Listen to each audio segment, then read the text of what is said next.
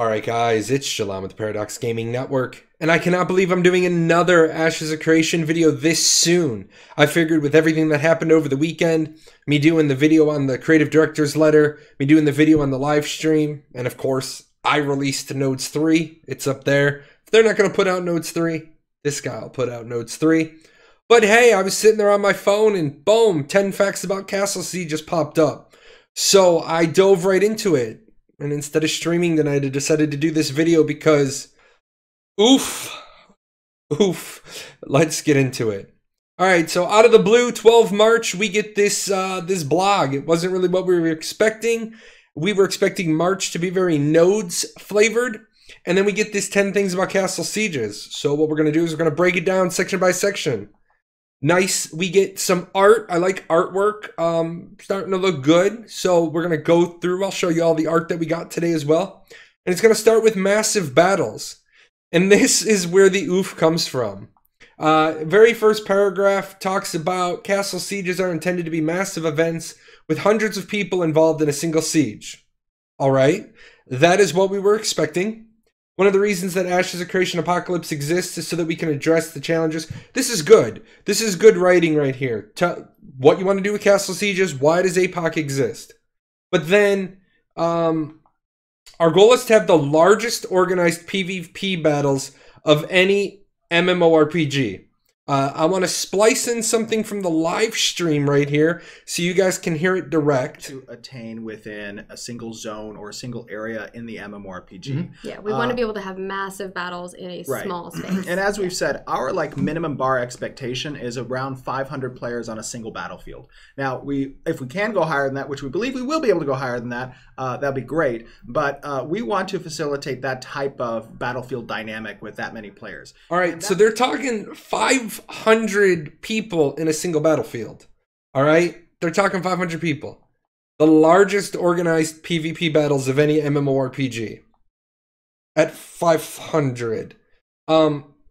First and foremost, EVE Online sets the Guinness Book of World's Record for taking part in huge video game battles. They had 6,142 people. So Intrepid, that was a mighty oof.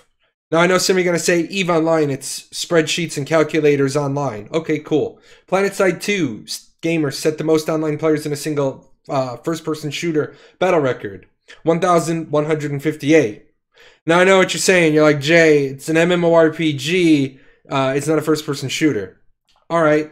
Well, Camelot Unchained is still in development, but they've managed to hit 3,500 and now 5,100.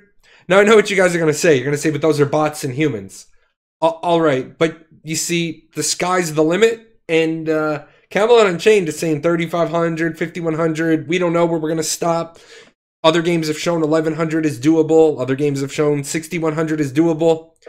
And this morning, we get the minimum goal is 500 players on a single battlefield. I think we'll be able to hit 500 versus 500, but we shall see. Now, this is what's so heartbreaking to have to do. I want to give credit here. I want to say Steven managed to finally underpromise. Steven did not get excited during today's conversation. He didn't get hyped. He stayed cool like he was the Iceman. He was facing intense questioning on the Discord today, and he stayed absolutely cool, calm, collected. He kind of got baited a little bit, but provided a solid fact, a backup, and artifact. It was very well done today. But then this blog comes out, is our goal to have the largest organized PvP battles of any MMORPG, and then oof, man, just oof. And you just wiped the expectation slate clean. We were talking about the 500 versus 500, and now we got that soundbite, and you know, I don't know what to do here. The letter starts off bad. This blog starts off bad because it raises more questions. Let's keep digging. Tactics and strategy matter. That's cool. We get into here and it says, Zergs will generally be difficult to pull off and will be eminently counterable through siege weapons, traps, and other battlefield tricks. Zergs will generally be difficult to pull off in castle sieges that you have a hard number versus number mechanic. So Zergs should be impossible to pull off, right? Like, it's a 250 versus 250. If I bring 250, and credit to Proxy, Proxy has this perspective all the time. If I bring 250 on defense, and you can only bring 100 on offense, I didn't Zerg you. I fielded a full team. If you bring 250 on offense, and I only bring 100 on defense, you did not Zerg me. I did not field a full team. So, I mean, right off the bat, I'm a little confused. And then these are the little things that are absolutely killing Intrepid, and they need to stop. They need to stop. And I will gladly work free of charge if we can get this to stop. One of our key pillars is that choice matters. Now, I've been following Ashes of Creation since forever. I was registered on the forums on 6 December. Before the forums even went live, I was registered on the forums. On 3 May 2017, in a YouTube interview, the 4 pillars were economy, nodes, meaningful conflict, and narrative. On 10 March 2017, from a blog, we adhere every detail to 5 main pillars: engaging in immersive story, a reactive world, player interaction, player agency, and risk versus reward. As a military member, mission, vision, pillars, these things mean something to me. I was gonna put a quote. I was gonna put a video clip in here of Jack Nicholson in his, we use words like honor, code, loyalty. Pillars mean something to a lot of people, and you're saying one of our key pillars is, but it's not. There is no key pillar called choice matters. Now, you might try to say it's a reactive world or player interaction or player agency, and that's fine. Choice matters may be part of one of those other pillars. But it really kind of bothers me that you have somebody releasing a blog that says one of our key pillars is, and it's not. And the other part is I can't even find your key pillars on your Intrepid Studios website. I have to go into a blog to find it. So those are just troublesome to me. So let's go through the rest of the letter and let's see if we can get anything good out of this. I know it's pretty morose right now, and a lot of you are like, Jay, why are you bothering? And I'm going to bother because we're going to get through it. Managing a castle is a full-time job. Should you be definite enough to take a castle, you will now be responsible for managing it. Good. Castles will have their own nodes associated with them. Good. Their own nodes. Is it still 3? Did something change? This would be a perfect time to reiterate the facts. It's 3 nodes. Maybe it's 5. Maybe it's 2. Maybe it's 1. Maybe redesign castle mechanics. Then you say you're going to have access to more and better options available for deployment during the next siege. More and better options, such as, this is a rehash, but I really want to be honest. This is less than a rehash, because a rehash should be at least what we already know. So, you didn't nail home the particulars, and that's what people want right now. You just wipe the slate clean. Give us some particulars. If you're not really ready to release the more and better options, at least make sure that you dial in 3 nodes so it doesn't bring up speculation. Every castle is different. With 5 castles in the world, and each having been owned by different civilizations from the far-flung past of Vera, you can expect that each castle has its own character. This actually gets me excited, because I like new and different. Revelation Online did it really well. I did like their forts, their outposts, their castles. But it says, as you would expect. Okay. You can expect that each castle, as you would expect, you can expect that each castle has its own character. As you would expect, each castle does have its own character. Little minor thing, but wasn't really sold there. The fact that they say the lay of the land, good. The use of siege weapons on one side. Maybe one of the castles can't be approached from the west, but then later on you're going to talk about certain classes mattering. So maybe they don't pay attention to that side, and it creates a blind spot. Time of day, great. Night sieges sound good. We saw it in that video the other day. I want night sieges. I got really tired of every siege all the time being in the daytime. In Arcade, every siege was during the day. In Revelation Online, they were all during the day. You never really got good nighttime gameplay. Weather, good. Visibility. And I know what's going to happen, and I'm going to call it right now. You guys can call it 12 March. 2019, what's going to happen is there's going to be a siege and there's going to be rain, and the defenders or the attackers, one of them are going to cry due to the lack of visibility due to the rain, and the devs made it rain, and the last time it didn't rain. Shut up, grow up. If they're telling us right now that there's going to be weather, I love this. I would love to see the siege starts and there's a monsoon and you can't see anything. Siege vehicles getting stuck in the mud. Can't reposition defenses. These are all great if they can pull it off. Seasons, good. Ice and interfering with siege weapons. You need 20 men to push a battering ram instead of 10. Little things like that. I want seasons weather to matter. I actually would have gone a little bit further with this paragraph then. I would have mentioned that each siege will be different. Because of the time of day, the weather, the seasons matter, then every siege is a unique experience and no two castle sieges will ever be the same. And then I think you could have led with this paragraph, not had the oof at the beginning and gotten people in. So they got a long way to go with their marketing and their reeling in the fish. Let's talk about every class matters, and I alluded to that a minute ago. This is probably the most significant information we've gotten to date. We get a little sneak at the mechanics, that you can open up doors instead of smashing down walls. I love the fact that they discuss the resources. What it does is it brings the artists and classes back into the conversation. Not everybody is a PvPer, but everybody wants to feel useful. So we were talking about, but the server has been light on high quality wood. Maybe Paradox, my guild, that started as a lumber company in Arcage, maybe we have a pile of it. Maybe we're not putting the high quality wood on the market. Maybe that's because we like our king who keeps our taxes low, and we don't want to make it easy for you to show up and attack our king.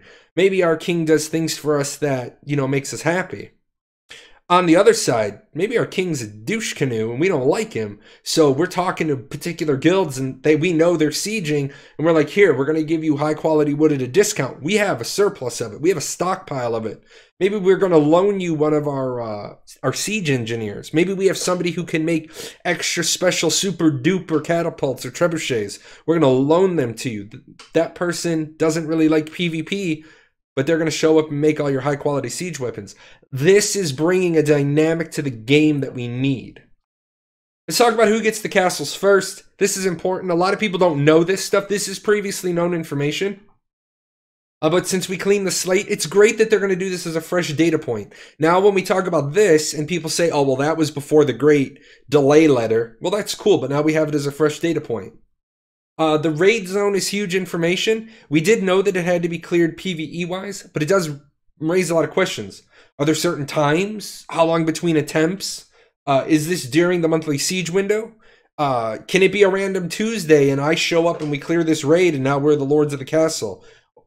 There's more questions here, but more questions are always good. Good questions, an entry that generates good questions is exactly what Intrepid needs to put out right now. So, a two-sentence paragraph maybe would have made this a little bit robust. Maybe only 5 points about castles and had them have a little bit more meat to them. But this is okay. There's nothing bad here. It raises some questions. Everyone looks up to you. I like this as well. A couple of weeks ago, we got some information. So this is previously known info. We got some information that we didn't have. And again, since we cleaned the slate, great to put it. Now we have a citable data point. They talk about these buffs and benefits, such as little details, one or two little details would score you major points with the community because we're dying for information.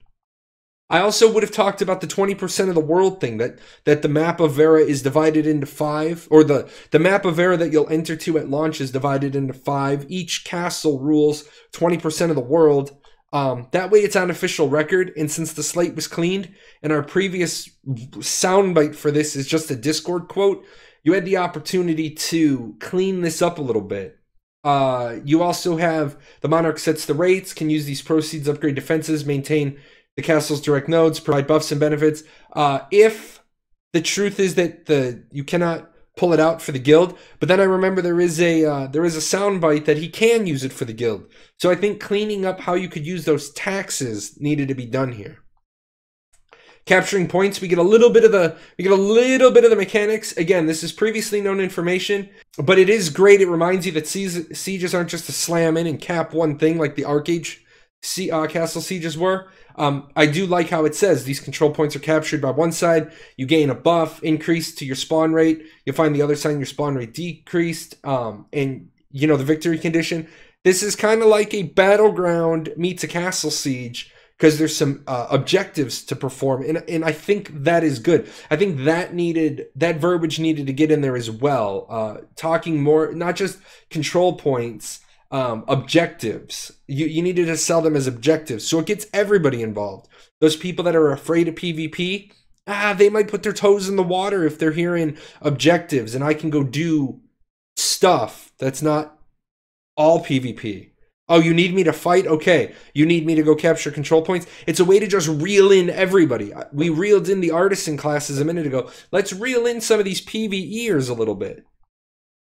I will say the teleport thing brings a new dimension to the fight, similar to Revelation Online and those shenanigans. If you guys never played Revelation Online, there were a lot of shenanigans that came with placing a portal and portaling in the weirdest of places to attack forts. So I like that. I really do like it. It means that the defenders have to be on the watch, watching all the blind spots. It also means the attackers have to be protecting their backline. They might find that they lose all their control points to a small group. Destruction. We're working on a destruction engine that should help us make Castle Siege feel cinematic and visceral. This sounds great. Having shards of the wall tumble to the ground after a trebuchet scores a hit will feel satisfying in a way no other Castle Siege has been able to offer in an MMORPG like this. Cool. Maybe you don't need to take down the whole wall. Maybe if you blow open a big enough hole, that'll be enough to turn the tides. Absolutely. This is I don't necessarily have to tear down the whole wall. If I can tear down half the wall and now shoot over it, now we can get over that wall. This should add a dynamic change to the sieges. Absolutely.